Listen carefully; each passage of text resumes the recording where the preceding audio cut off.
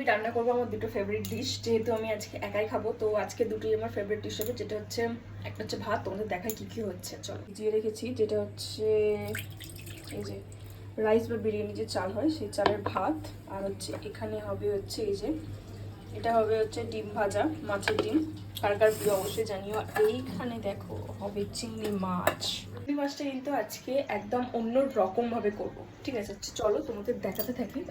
এখানে অলরেডি ভাতের জন্য জল বসিয়ে দিয়েছি এবং ভাতের চালটা দিয়ে দিই। চলো, ভাতের চালটা দিয়ে দিলাম। আর এদিকে অলরেডি কড়া বসিয়ে দিয়েছি। আর এখানে এখন হবে হচ্ছে প্রথমেই মাছের ডিমটা ভাজা করে নেবো। চলো, প্রথমে মাছের ডিমটা ভাজা করে নিই। বসিয়ে দিয়েছি, এখানে গ্যাস জ্বালিয়ে দিলাম, কড়া পুরোপুরি বসানো আছে। আর এখানে দিয়ে দিলাম হচ্ছে, আচ্ছা আজকে পুরো রেসিপিটি সর্ষের তেল দিয়ে করব, তো সর্ষের তেল দিয়ে দিলাম। ডিম ভাজার জন্য যতটা তেল লাগবে। তারপর আমি এই তেলেই চিংড়ি মাছটা করে নেব। প্রথমে মাছের ডিমটা ভেজে নিই, তারপরে চিংড়ি মাছটা করব। চলো তোমাদের আজকে দেখাবো কি কি রান্না করছি। অলরেডি ধোঁয়া উঠতে শুরু করে দিয়েছে। আর এখান থেকে মাছের ডিমটা আমি দিয়ে দেবো। এই যে মাছের ডিমটা, ঠিক অনেকটা মাছের ডিম। তো মাছের ডিম কিন্তু আমি খেতে খুবই ভালোবাসি। আর তোমরা কী খেতে ভালোবাসো অবশ্যই জানিও। এই যে মাছের ডিম একটা একটা করে দিয়ে দেবো, মাছের ডিমগুলো সব একবারে 4-5টা ধরবে, তার বেশি ধরবে না, কিন্তু এখানে কোয়ান্টিটিটা অনেকটাই আছে, তো অনেকগুলোই হবে, ঠিক আছে? তো আমি এখন যটা খাবো তটা ভেজে নেবো, আপনি রাত্রিবেলা খাবেন। চলো, 4টেই হবে আই থিঙ্ক, এর বেশি হবে না।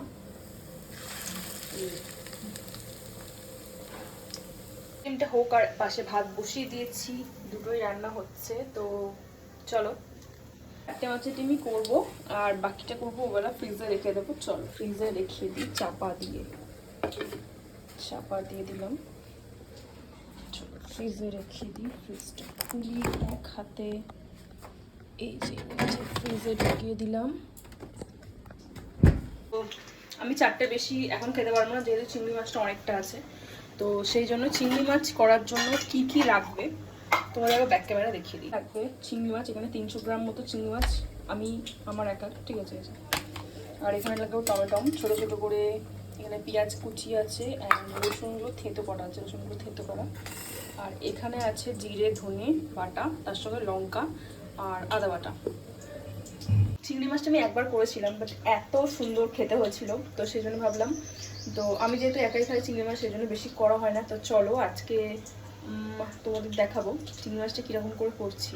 ওকে, বলতে বলতে এখানে ডিম ভাজা অলমোস্ট অল্প একদিকে হয়ে গেছে, কিন্তু অল্প হয়ে গেছে। এই যে লাল লাল দেখো হয়ে গেছে একদিকে, এই যে আরে ছাড় এই যে একটু মানে বাকি আছে, বা পিছনটা উল্টে দেব। এই যে গ্যাসের ফ্লেমটা একটু হাই করতে হবে, বেশি আবার হাই করলে ফাটবে। তো এটা আরও একটা, আরে ওল্টা না ভাই, এখানে পাশে কিন্তু ভাত হচ্ছে, যেহেতু অল্প ভাত একদমই আমার একার। এই ডিমটা উঠেছে না,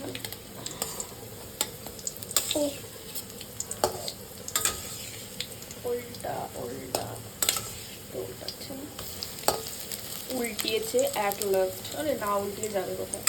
তো এটাও অ্যাজ ইউজুয়াল এটাও করে দিই ফেমাস। আর একটা বাকি আছে উল্টানোর জন্য, এই যে উল্টিয়ে দিলাম।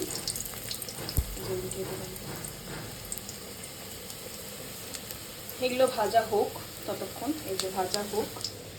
আর এখানে আমি দেখি ভাতটা কিন্তু রাইসের চাল বসেছি, অনেকটাই পরিমাণে কম। এই যে দেখো হচ্ছে, এখনো কিন্তু অনেক বাকি। আমার একার জন্য মনে হয় ভাত ছিটিয়ে কম হবে কিনা বুঝতে পারছি না, কারণ চাল অনেকটাই কম নিয়েছি। তো ঠিক আছে, হতে থাক। এখানে গ্যাসের ফ্লেম করে ফেলে নিতে হবে। 4টে মাছ ভাজাবো। সামনেই তো পয়লা বৈশাখ, তো কার কার পয়লা বৈশাখের জামা কেনা হয়ে গেছে অবশ্যই কমেন্ট করে জানিও। আর এই চিংড়ি মাছটা দেখাচ্ছি, তোমরা কিন্তু মন দিয়ে পুরোটা দেখো। আর চিংড়ি মাছটা কেমন হয়েছে তোমরা সকলে কিন্তু কমেন্ট করে জানিও। ডিম ভাজা কিন্তু কমপ্লিট, আর এখানে ডিম ভাজাকে তুলে নিচ্ছি এখন। দাঁড়াও তোমাদের তুলে দেখাচ্ছি কীরকম হয়েছে। ওয়েট, হ্যাঁ একটা করে 4টে তুললাম, যেহেতু আর অতগুলো ভাজবো না, যেহেতু রাত্রিবেলা ভাজবো, তো সেই জন্য এই যে তোমাদের একেবারেই দেখাই যে লোভনীয় স্বাদে ডিম ভাজা কমপ্লিট। 4টে হয়ে গেছে আমার মতো। এবার দেবো চাকা করে চিংড়ি মাছটা ভেজে নিই। তো চিংড়ি মাছ চাপা দিয়ে ভাজি, কারণ গায়ে প্রচণ্ড ছিটকে টিটকে আসে, ঠিক আছে, তাও ছিটকে আসে। এই যে তো চিংড়ি মাছগুলো দিয়ে দিই। চিংড়ি মাছটা তখন ভাজা হয়ে যাক।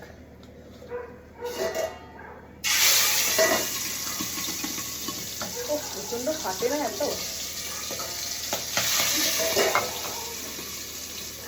আগে থেকে চিংড়ি মাছটা মাখিয়ে রেখেছিলাম, যেটা তোমাদের দেখালাম।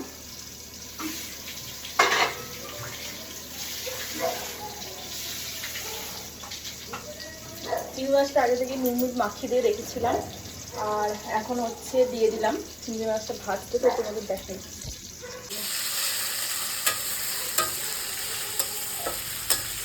দেখেছো অনেকগুলোই বেশ। কিন্তু চিংড়ি মাছ যতই বড় হোক কেউ কিন্তু গুটিয়ে সেই ছোট হয়েই যাবে।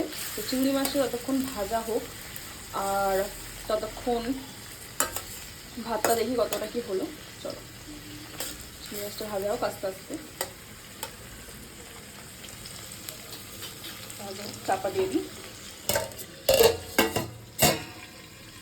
এই যে ভাত কতটা দেখি হয়েছে। ভাত এখানে অলরেডি হচ্ছে, এখনো কিন্তু বাকি আছে, বেশ অনেকটাই লম্বা হয়ে গেছে, আরও বাকি আছে। ভাত হোক আর চিংড়ি মাছ হোক, তোমার সাথে একটু পরে দেখা যাচ্ছে। এখানে বলতে বলতে আমাদের এখানে ভাত আর চিংড়ি মাছ ভাজা দুটোই হয়ে গেছে। চিংড়ি মাছটা আবার বাকিটা করতে হবে, ভাতও হয়ে গেছে। চলো ভাত কিন্তু পুরোপুরি হয়ে গেছে। দেখলাম নখ বন্ধ করে দিলাম, আর এখানে দিয়ে দেবো জল। এই যে জল দিয়ে দিলাম, ভাতটাকে নামাবো। আর এখানে দেখি দেখো এখানে চিংড়ি মাছটা কিন্তু ভাজা হয়ে গেছে। ভাজা হয়ে গেছে, তো এটাও নামিয়ে ফেলবো। ভাজা হয়ে গেছে, এটাও নামিয়ে ফেলবো। তার আগে ভাতটা নামিয়ে ফেলি। ভাত নামিয়ে ফেলেছি অলরেডি, আর এখানে চিংড়ি মাছটা ভাজা হয়ে গেছে। তো যে বাটিটা রাখবো সেই বাটিটা তুলে নেবো। চিংড়ি মাছ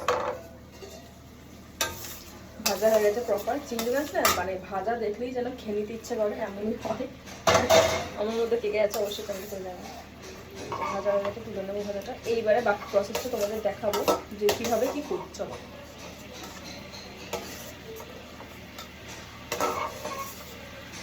এইভাবে চিংড়ি মাছটা অন্তত একবারে যদি কেউ খেয়ে দেখে, তার অন্য রেসিপি যে খেতে ভুলে যাবে, এতটাই টেস্টি হয়। এই যে তোলা হয়ে গেছে।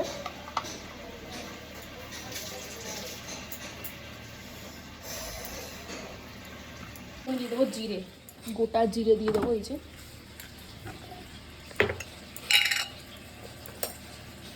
দিয়ে দেবো গোটা জিরে অল্প করে।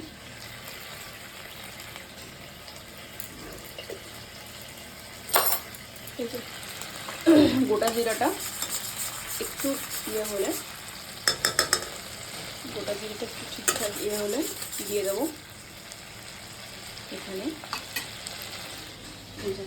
পেঁয়াজ আর রসুনটা। পেঁয়াজ আর রসুন এখানে দিয়ে দিলাম। এবার এক এক করে দিয়ে দেবো টমেটো দিয়ে দেবো।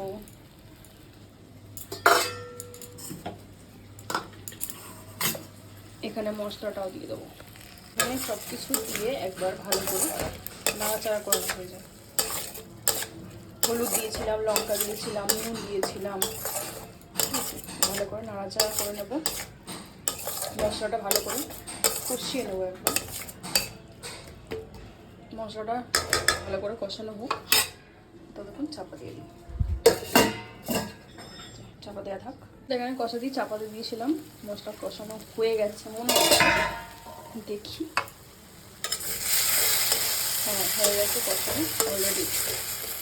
তেলটা ছেড়ে দিয়েছি, টমেটো নরম হয়ে গেছে। সব একবার ভালো করে ঘেঁটে দিতে হবে।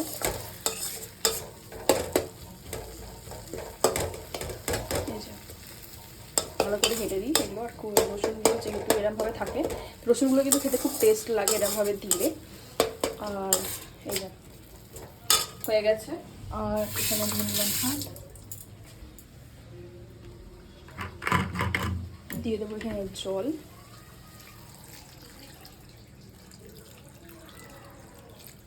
অল্পই জল দিলাম, দিয়ে দিয়েছি। হতে থাক, হওয়ার পর তোমাদের দেখাচ্ছি কীরকম কি আছে না আছে। আর তোমরা দেখে তো বলবি, আর অবশ্যই কিন্তু বাড়িতে সবাই একবার হলো ট্রাই করে দেখো এটা কত সুন্দর খেতে হয়। খাওয়ার পর দেখে তো সবাই সব কিছু বুঝে যায় না, খাওয়ার পরে সব কিছু বুঝে যায়। চলো তোমাদের জাস্ট একবার দেখাই। দেখো গেছে গ্রেভিটা রেডি, একদম লোভনীয় গ্রেভি হয়ে গেছে। আর এখানে দিয়ে দেবো সস স্টপারকে, দিয়ে দিলাম। এবার একটু নাড়িয়ে দেবো।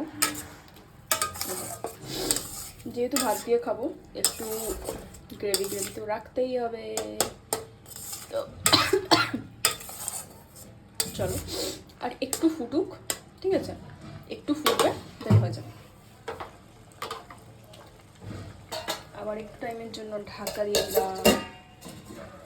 হয়ে গেছে আমাদের চিংড়ি মাছ। তো চলো এবারে ভাত খাওয়ার সময় দেখা যাচ্ছে, ভাত খাওয়ার সময় দেখা হচ্ছে। পুরো প্লেটটা সাজিয়ে নিয়েছে, তোমাদের দেখাবো। আর কেমন খেতে হচ্ছে অবশ্যই জানাবো। তো রান্না তো হয়ে গেছে, আর আজকের মেনু দেখাবো। চলো আজকের মেনু। পুরো ভিডিওটা শ্যুট করার পর আমি দেখছি আমি ভিডিওটা অনই করিনি। তো কি করা যাবে আর। এখানে আমাদের আজকের মেনুতে ছিল সাদা ভাত, এখানে আছে মাছের ডিম, এখানে আছে চিংড়ি মাছ, আর এখানে আমি মাখিয়ে ফেলেছি আমি অলরেডি। আর একবার দেখিয়ে দিই, এই যে লেবুর রস দিয়ে মাখালাম। চলো খেয়ে দেখাই। পুরো ভিডিও শ্যুট করার পর মানে আমি দেখছি ভিডিও অনই করিনি। তো চলো, এই যে এখানে ভাত মাখিয়ে ফেলেছি, আর এই যে চিংড়ি মাছ।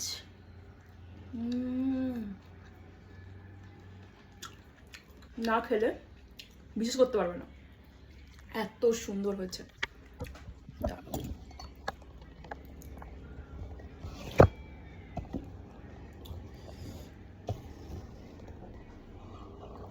খেয়ে দেখাই। একটু চিংড়ি মাছ, একটু ভাত নিয়ে মুখে চালান করতে হবে।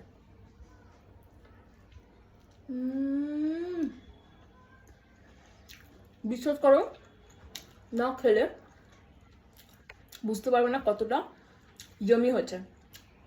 আর এখানে ডিমটা দেখাই তোমাদের, মাছের ডিম। এই যে ভিতরটা দেখো,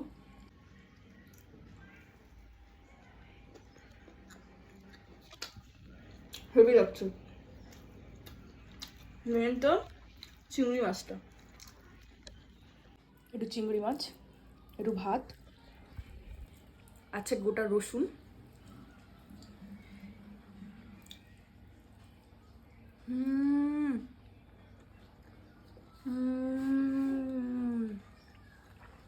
একবার বাড়িতে ট্রাই করো, নাহলে কিন্তু কেউ বুঝতে পারবে না। চলো আজকের ব্লগটা এই পর্যন্তই, টাটা।